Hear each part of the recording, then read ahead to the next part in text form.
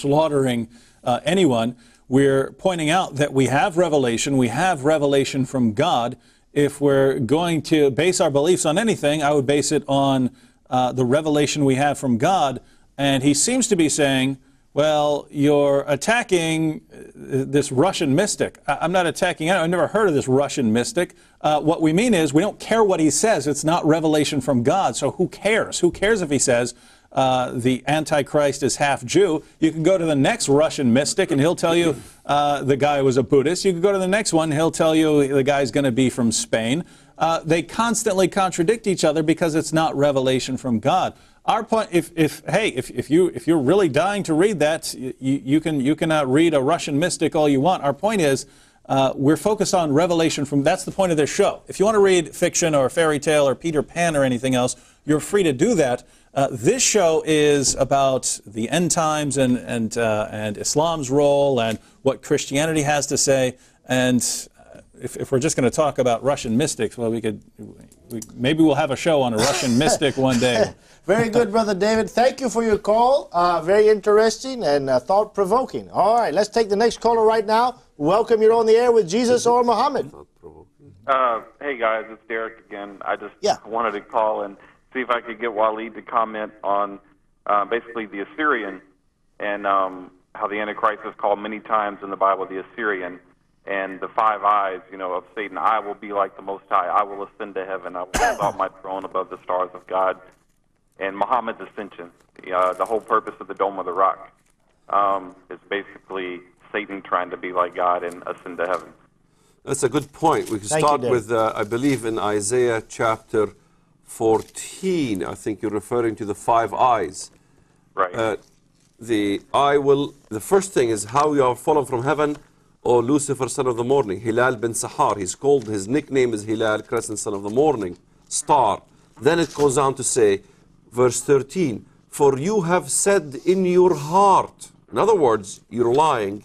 You thought in your heart, you claimed this thing. You claimed that I will ascend into heaven, that he ascended to heaven.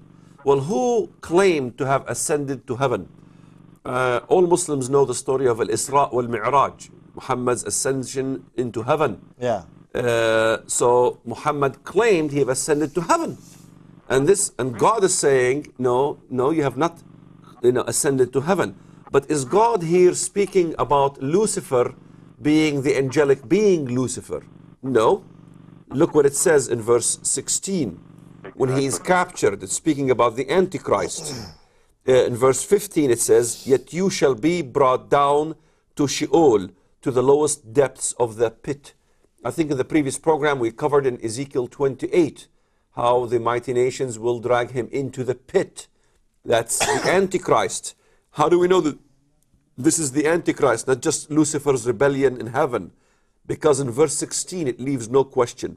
When he's captured, thrown into the pit, it says, those who see you will gaze at you and consider you, saying, is this the man who made the earth tremble?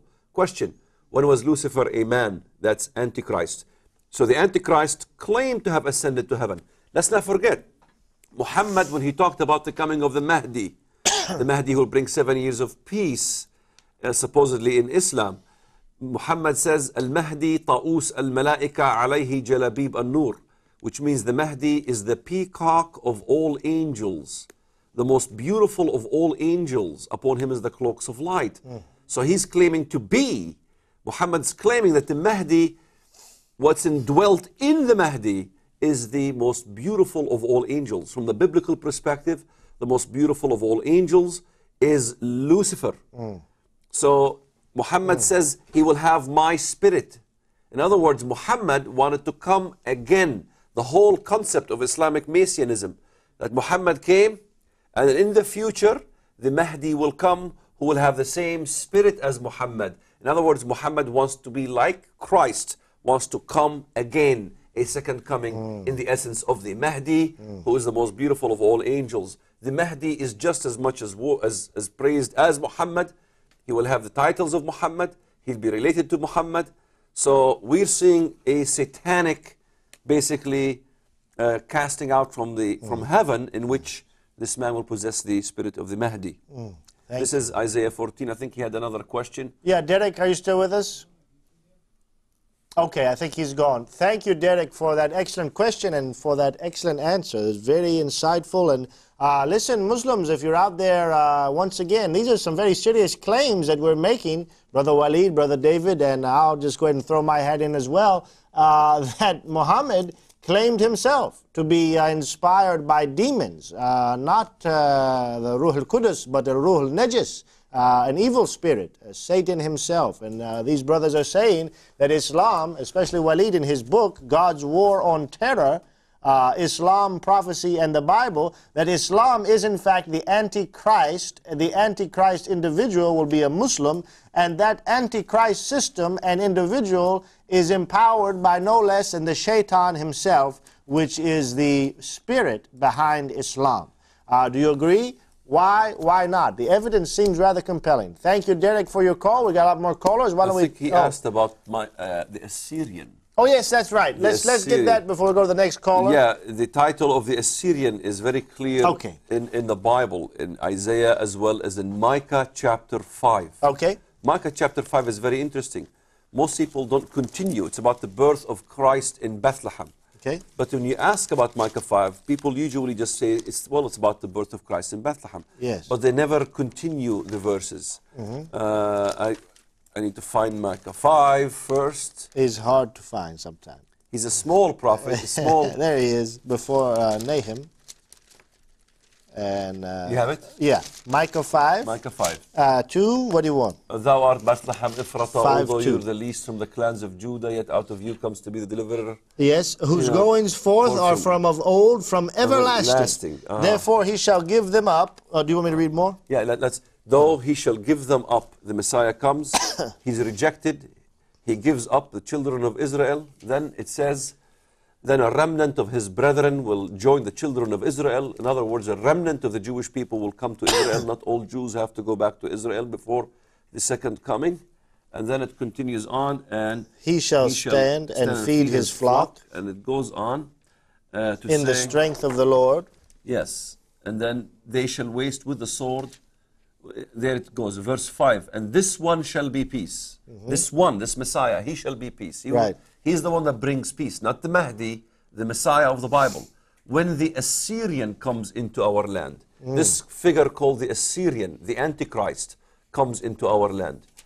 And when he treads into our palaces, then we, God in this case, will raise against him, this Assyrian, this Antichrist, 7 shepherds and 8 princely men.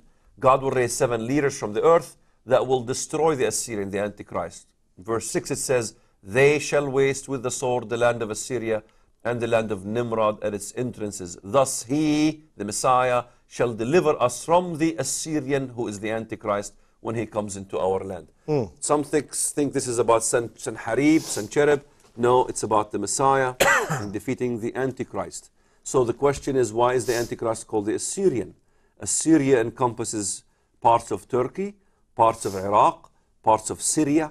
That's Middle Eastern region today. It's all Muslim. This is why I said in the previous program, he's called the king of Babylon, that is Iraq and Arabia. He's called the prince of Tyre, that is in Lebanon. He is called Gog of the land of Magog, which is in Turkey. In fact, even in the New Testament in Revelation, the red letters, when you read the red letters, that's Jesus himself saying it.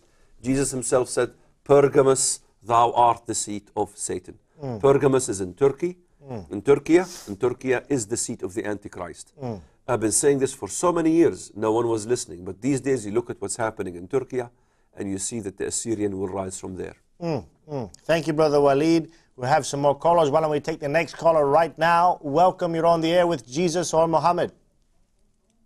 Hello? Yes, hello, you're on the air. Yes, I am here. I am here. I am here. Okay. Okay, how can we help you? I'm talking with you right now. Okay. Go right ahead with your question or comment. It's actually a comment on what you've been saying from last night's episode.